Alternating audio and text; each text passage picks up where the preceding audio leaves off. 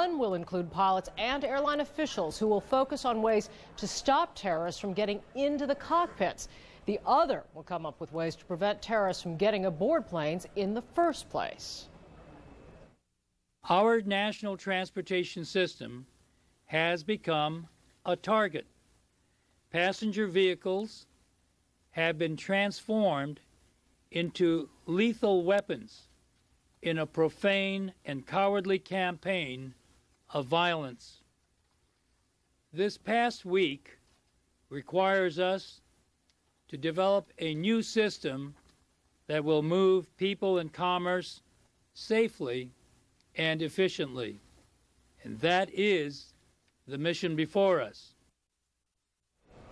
While Secretary Mineta awaits recommendations from those task forces due October 1st, many people involved with airline regulation and the industry itself already are racking their brains for some ways to make sure that Tuesday's terror never happens again. CNN's Jean Meserve at some of the proposals that are now on the table.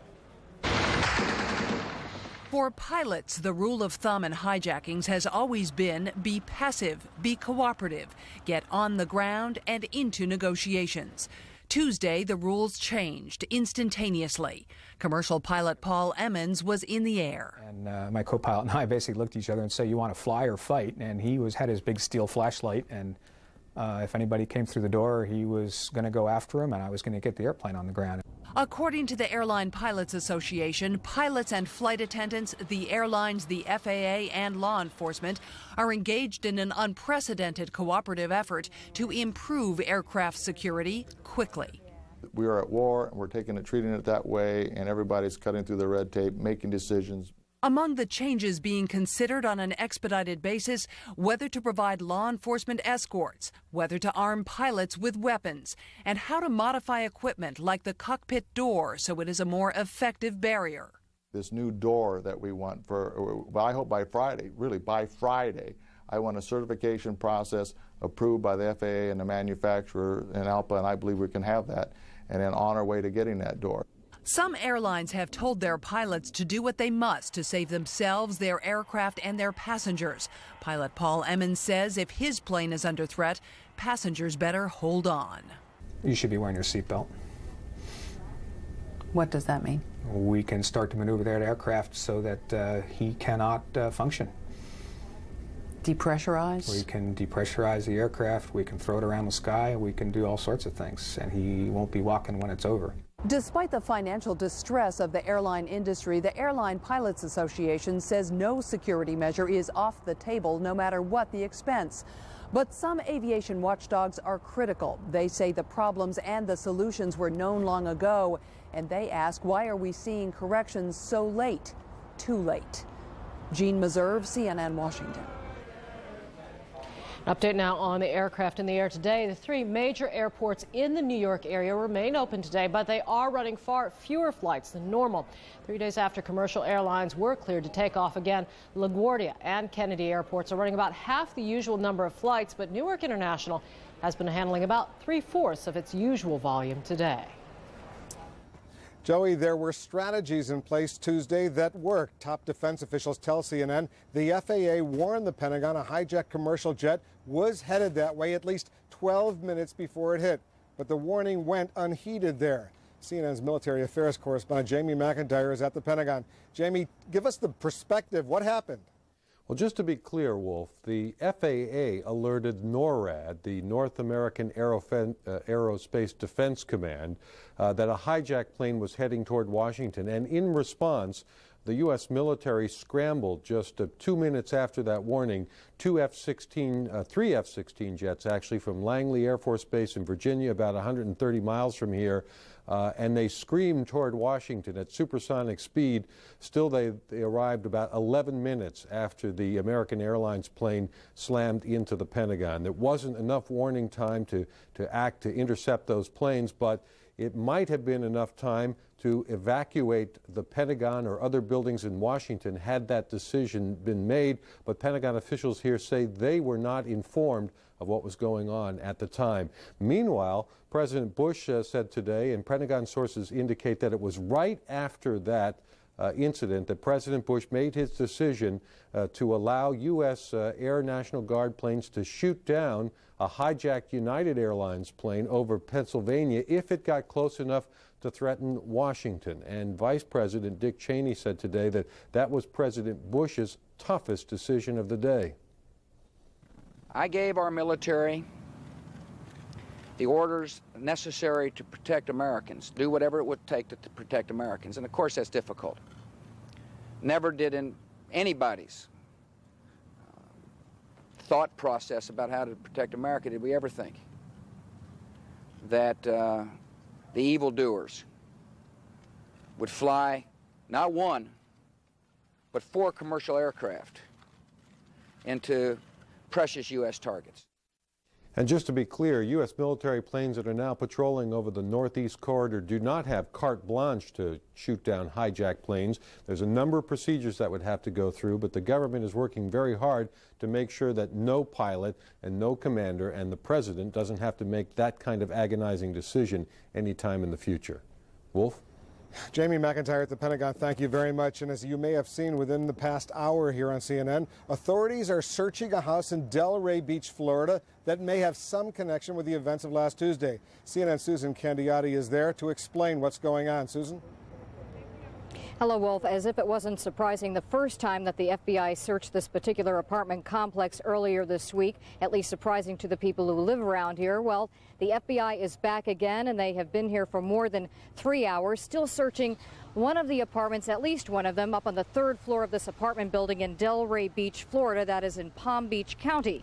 Now, they are searching the apartment, at least one of them, sources say, of some of the suspected hijackers involved in United Airlines Flight 93, an apartment said to have been lived in by Saeed Al-Ghamdi, Ahmed Al-Nami, and possibly a 3rd hijacking suspect.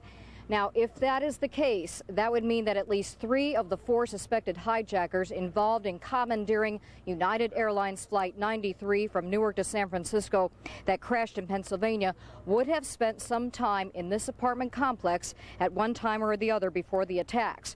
Now, this search that is going on here is demonstrative of those that are going on nationwide as FBI agent conducts searches of various flight schools where some of the suspected hijackers receive training, looking at homes, looking at apartments, even checking out restaurants as these suspects apparently blended into the community along with their wives and children. Now, all of these people are believed linked to, according to the Justice Department, they are some of the 19 suspected hijackers, as well as those who are suspected of helping those suspected hijackers. Now, we are going to talk to a couple of the people, some who live in this complex here. First of all, Angela Browning. Angela, what do you think of learning that some of your neighbors might have been involved in hijacking those aircraft? It's unbelievable. I mean, it's a quiet community. I just can't believe somebody like that would be here. And turning to your friend here, Donna Durden, the president and vice president have asked that Americans try to get their lives back to normal. I am wondering if you feel as though your life has changed in any way, and if you're able to do that. It's going to be a long time before my life is normal. My 2 sisters, my cousin were there when it was attacked. New York is my home.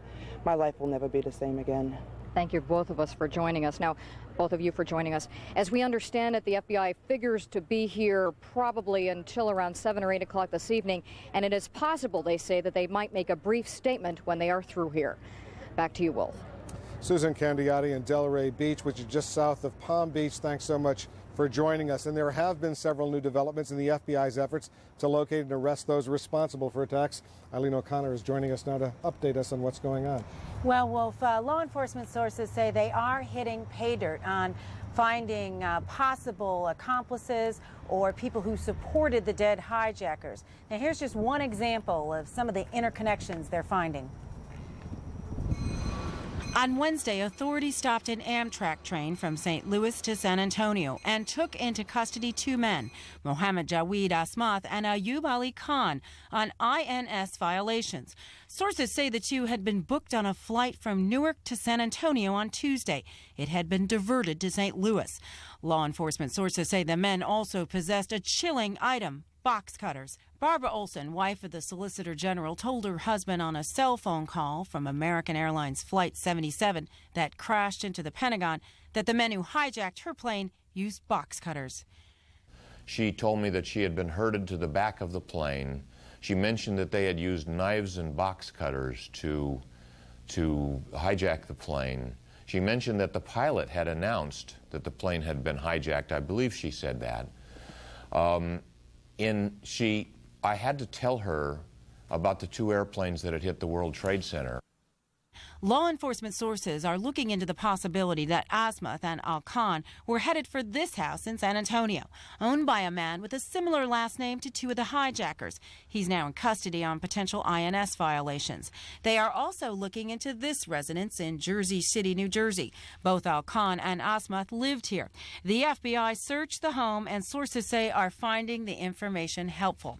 They are also looking into the possibilities that other people connected to the hijackers used this address at one time or another. The home in Jersey City is close to the mosque where Sheikh Omar Abdul Rahman used to preach before he went to prison for his role in inspiring the first attack against the World Trade Center in 1993. What is also bothering authorities is that they did, according to law enforcement sources, have on a watch list 2 of the hijackers, and they say distributed that watch list, yet they were still able to get on one of those airplanes that crashed. And so authorities say that they are very disturbed by that, and also disturbed by the fact that they believe in this case they may have thwarted another hijacking, and they want to find those accomplices. Eileen O'Connor, our national correspondent, thank you very much. Joey. Wolf, of course, for many, this is Sunday, which is a day to give rise to faith in this country.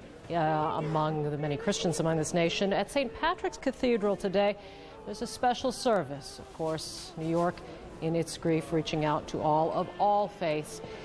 And at this particular service, the meaning of faith was quite apparent. 5 states. A very familiar face to many in Midwestern politics.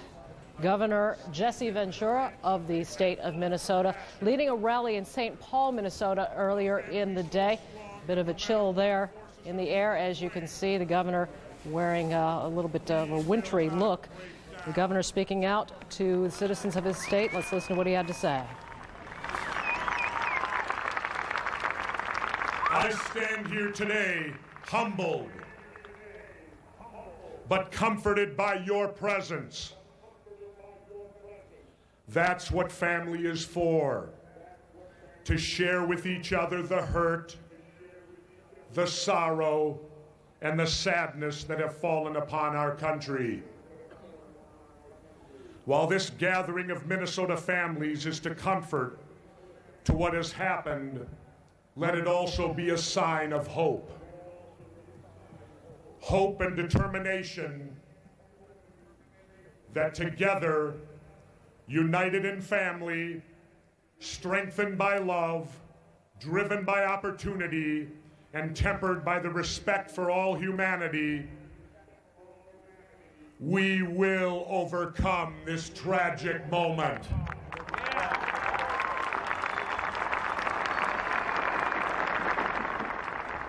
We must. Minnesota rallying under Governor Jesse Ventura. You will note that the governor is a former Navy SEAL himself and is wearing insignia today representing his role there. Wolf. Joey, many people involved with the airline regulation and industry already were racking their brains for ways to make sure Tuesday's terror never happens again. And Americans, of course, are also filling churches across the nation this Sunday, many of them clutching Bibles and patriotic flags. Indeed, border to border, nation to nation. This tragedy is felt by so many people throughout the world. Here, a look at the pain and the first steps today toward healing.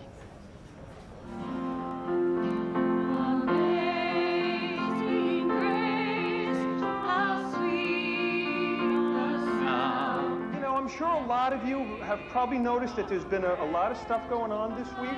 And so I'm going to recommend to all of you, when you get back, your mom and dad need you right now. And so when you get back to your mom and dad this morning, I want you to give them a big old hug and hold on to them and tell them you love them And I bet they're going to do the same thing for you.